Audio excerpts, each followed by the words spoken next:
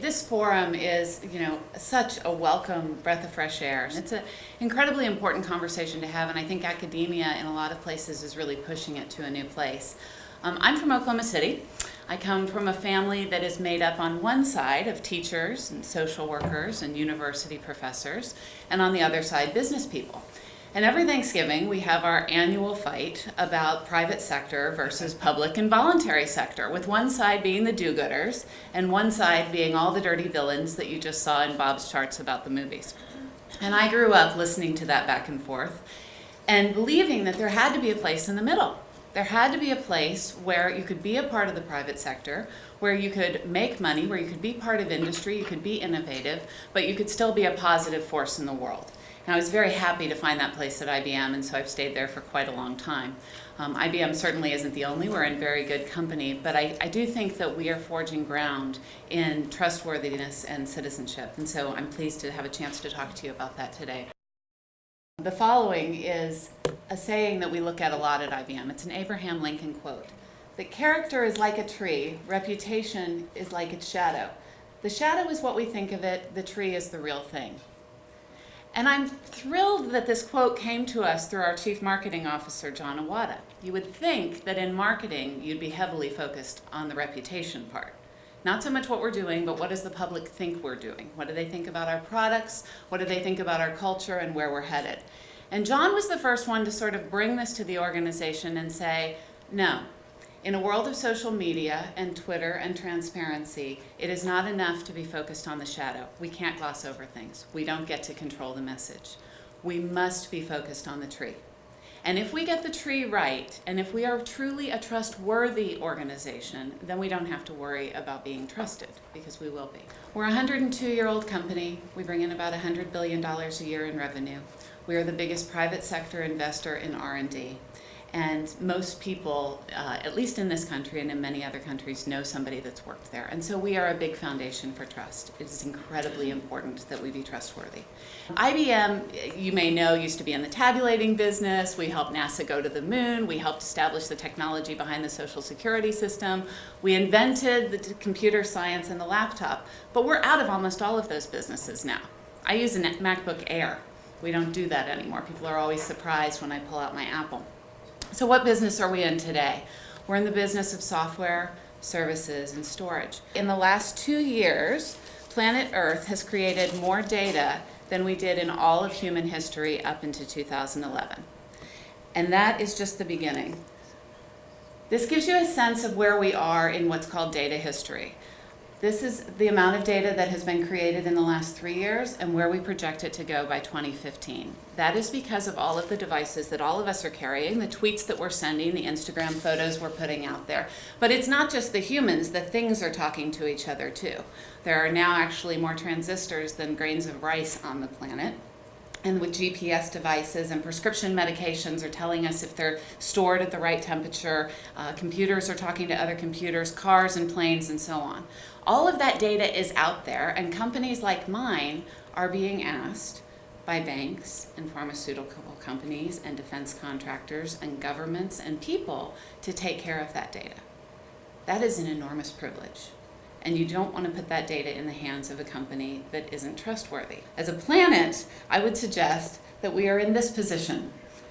And when you are in this position, you would like to be with a company that you know has put the safety bar over you, that has a sense that they know what they're doing, they've been there before, they've trained the people on the ground that are running the machine.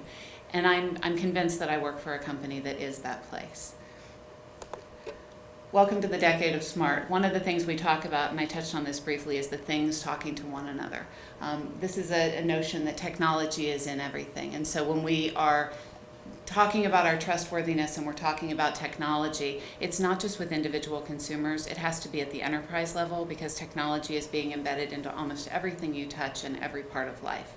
And so all of this is to say this conversation couldn't possibly come at a better time, because I think in our history, trust has never been so important. So the way we addressed this 10 years ago was to do what we call a values jam. We invited all 400,000 IBMers to stop everything they were doing for 24 hours and to get online and talk to one another. And we asked some provocative questions about what does it mean to you to be an IBMer? What do you want to deliver to clients? What are your proudest moments? What are the really tenuous moments? What are the points of friction? And out of that conversation came our values that we 400,000 IBMers kind of narrowed down to these 3 values: dedication to every client's success, innovation that matters, and this is important, for our company and for the world, and trust and personal responsibility in all relationships. I think that once you establish trust, once you make sure that the tree is strong, the roots are there, the company is aligned around a series of values and practices, then you have the very unique privilege to take that to the next level and to say, okay, good, we're a good business, we're performing in all of the ways that we're supposed to perform, we're setting the standard, in fact, amongst the private sector. Now, how can we change the world? How can we really advance things, both in our commercial interests by building a smarter planet with our clients, but also in ways that are philanthropic or pro bono? So one of the things that we realized is one of our biggest assets we have to give away is our people. We have amazing employees, 425,000 of them and growing around the world. We have, they're breaking frontiers in science, they're incredible business leaders, they're financiers and sellers and so on. What would happen if we put them on teams together and sent them out to developing countries to work on problems? And so 5 years ago, in 2008, we created our version of the Peace Corps. We would say to you, congratulations, you have been selected. You are going to Ho Chi Minh City, Vietnam for 4 weeks. You're going to go with 11 other top talent IBMers. You are going to work on an environmental project, and you are going to deliver results for these nonprofits. And at the end, we expect you to know a lot about Vietnam. We expect you to know a lot about environmental issues, and we expect you to know a lot about the 11 other IBMers. So we started that in 2008. We came up with the idea when Sam Palmisano was chairman, and right after we were about to press the button, the bottom dropped out of the stock market. And we all sat there with bated breath looking at Sam and thinking, there's no way he does this. There's no way you see the stock fall that far and we still invest in this. And it was a pity because we'd worked so hard on the program. But in fact, Sam said, no, this is exactly the right thing to do in this moment because we are a globally integrated enterprise and we need to introduce our brand in global markets, we need to develop skills, and we need to make a difference in communities that we care about. So we're going forward regardless of where the stock price is. And so we did, and now we're 5 years later, and we have 2,500 IBMers who have participated in this program. Fortune magazine named us the #1 company for developing global leaders as a result. Harvard Business Review has written case studies on the impact that it has made in communities around the world.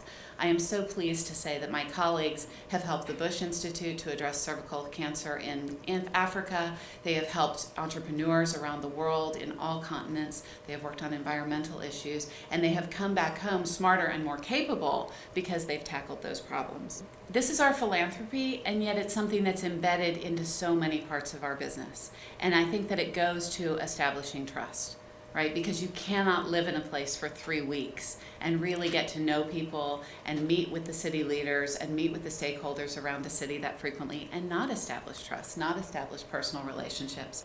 So this is where I talk about the privilege, that when you are trusted, you get to focus on really the jewels of a society, which is children and education. We are struggling with skills at IBM. In the last 7 days, we have posted 981 jobs. We can't find people for them. The skills are not there. At least in the United States, we don't have a jobs crisis, we have a skills crisis because the skills are simply not there for companies like mine to hire. And so we created a partnership with the City of New York and CUNY to create a 9 through 14 school. Basically, the issue here is national average of community college graduation in the United States, 30%. Dismal. In some cities, it's as low as 7%. 93% of students that go there don't graduate because they don't have the skills. And so the 9 through 14 school is really intended to make a holistic curriculum starting at grade 9 for jobs on the other end. So IBM partners with the schools and says, here's what we're hiring for. In addition to the basic curriculum of high school and an associate's degree, let us help you shape curriculum that's what we need. And so we started this school a couple of years ago. It's going beautifully. Each of 200 students has an IBM mentor. They're moving along. We believe that this is reinventing high school in America. We believe we only got the opportunity to do this because we had a solid tree, because we proved trust, and because we had a good reputation. We're not perfect. We have a lot of mistakes. We're going to make more of them. but we're going to be transparent about them when they happen. We're going to be honest with our employees, with our investors and our clients, and then we're going to move on. But I think that overall, I'm very proud to work for a company with a solid reputation, and then to take that reputation and to partner with the public and voluntary sector to make a real difference in the world. Thank you for your time.